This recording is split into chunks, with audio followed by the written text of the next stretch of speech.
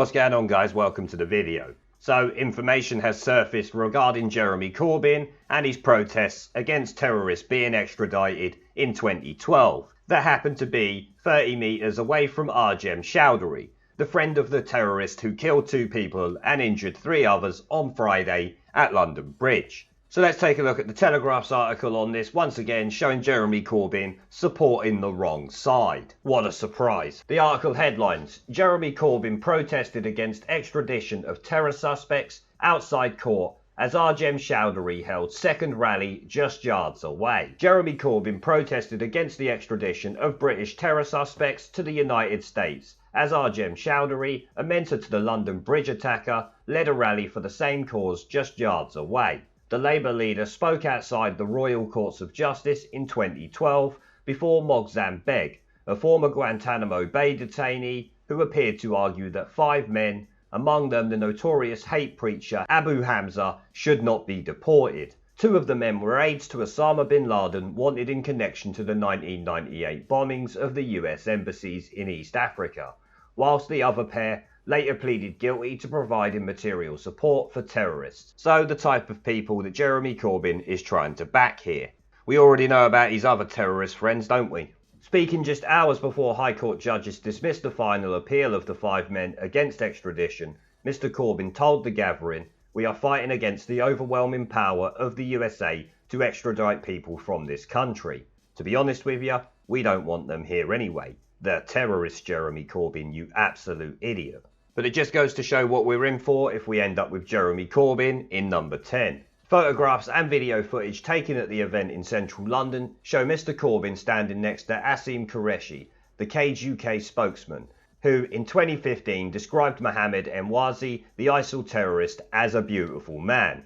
Well, that doesn't surprise me at all if he's standing next to Corbyn.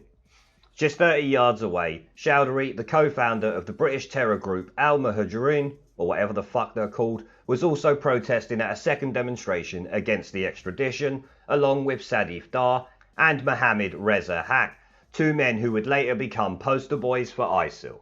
Choudary was a known associate of Usman Khan, the London Bridge terrorist, and in 2012 described the 28-year-old and several of his co-conspirators in the London Stock Exchange bomb plot as students of mine. A Labour spokesman said that Mr Corbyn completely condemns Anjem Choudary and his hateful, dangerous views, but declined to say whether he was aware of the cleric's presence outside the court. Of course he was aware and he still went. He didn't care. He was there to appeal to his voter base and of course his friends.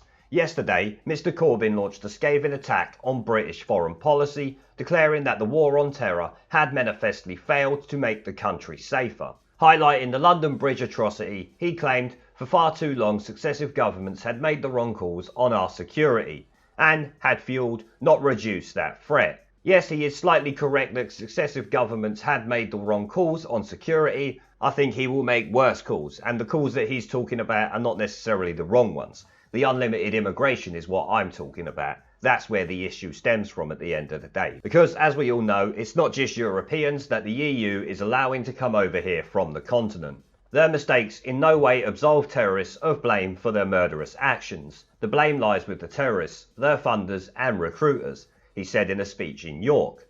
But if we are to protect people, we must be honest about what threatens our security. Yes, we do need to be honest about what threatens our security, and that is a Labour government. That's something we do need to be honest about. When Jeremy Corbyn is calling people like Hezbollah, Hamas and the IRA friends, we need to be concerned. And we have to be very honest about the threat that is to our security. He also clashed with Boris Johnson earlier in the day over his plans to bolster anti-terror legislation, telling Sky News that people convicted of terrorism offences should not necessarily serve a full sentence and that it depends on the circumstances. No, you absolute idiot, it doesn't. You get convicted of terrorism, you get done for life, that's it. Or minimum 50 years, so when you come out, you're about 70 or 80 years old and completely useless to the world. That is what it should be. Minimum term 50 years, preferably life. But of course, Jeremy Corbyn doesn't want his friends put in prison for life, or 50 years for that matter. A couple of years will do him fine, where they're back out and voting for the Labour Party. Echoing his comments, Baroness Chakrabarti, the Shadow Attorney General, claimed it was unedifying to talk about throwing away the keys. Well, say that when your family members have been hacked up in the streets of London. I don't think you would consider it the same then, would you? You would want that person locked up for life, not allowed to come out and do it to someone else 8 years later, or plan to do it as he first did and then come out and kill people. Either way, you would think very differently if this was you in that situation. It comes 7 years after Mr Corbyn attended the demonstration held just hours before High Court judges dismissed the final appeal by the 5 men to avoid being tried in America, where they actually give these fuckers life in prison, thank God. The protest was organised to oppose the extradition of Babar Ahmad and Talha Hassan, who were accused of running a website which raised funds for militants in Afghanistan and Chechnya. They pled guilty a year later. Well, there you go, so they're guilty then. In his speech, Mr Corbyn did not single out the 2 men by name, stating that he came here this morning to support those who are facing extradition without any trial, without any process, without any accusation, without any conviction from this country. Well, they got convicted, they pled guilty, so that was all done with due process. They went through due process and they got convicted. End of story. Approached for comment on Sunday, a Labour spokesman said Mr Corbyn had only opposed the extradition of Ahmad and Hussein and that his comments predate their subsequent convictions in the US. However, Mr Begg, who spoke directly after Mr Corbyn, appeared to suggest that none of the men facing extradition should be deported. The court here is not just making the judgment on Babar Ahmed, not just on Talha Hussein, not just on the 3 others who collectively have spent over 45 years detained in British prisons without charge or trial, he said. They are making a judgment on the whole of the Muslim community in Britain. No, they are not. They are making a judgment on terrorists. What will the families of Khalid al-Fawaz and Abdul Bari, whose names haven't been mentioned, how will their children grow up in this country? Well, they'll grow up just fine. They just won't have their dad here. He'll be in prison in America. Shouldn't commit terrorist acts. I'm sorry, you don't get sympathy.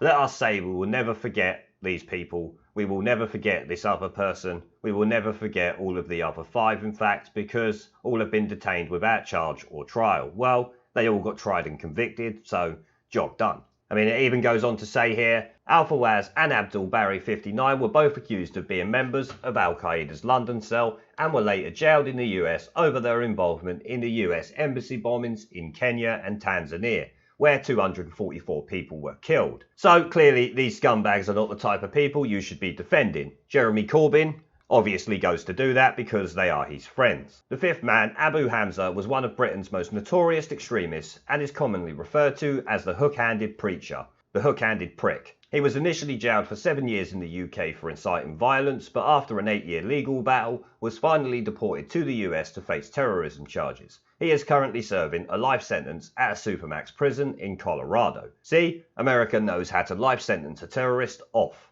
Throw away the key. Catch you later.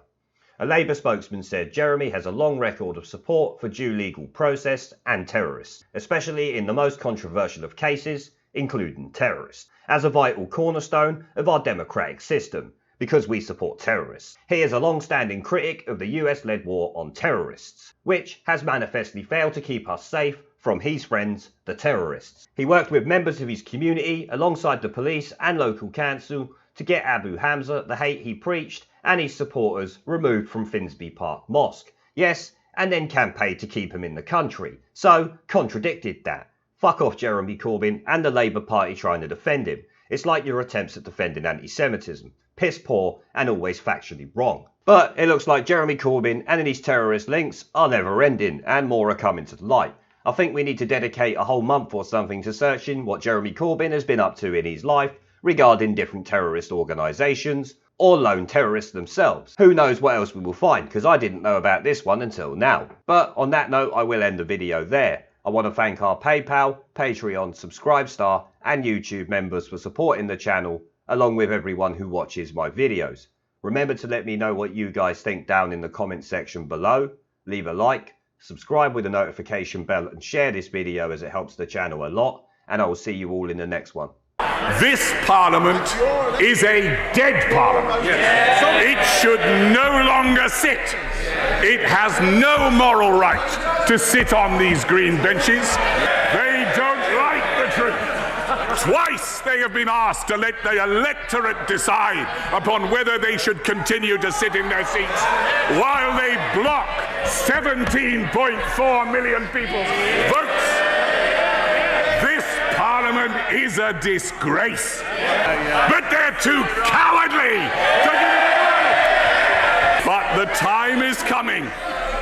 The time is coming, Mr. Speaker, when even these turkeys won't be able to prevent Christmas. There is a pattern consistent throughout history of oppressed people turning on the oppressors, slaves against their owners, the peasantry against the feudal barons, colonies, Mr. Verhofstadt, against their empires, and that is why Britain is leaving. And it doesn't matter which language you use, we are going, and we are glad to be going. We're off.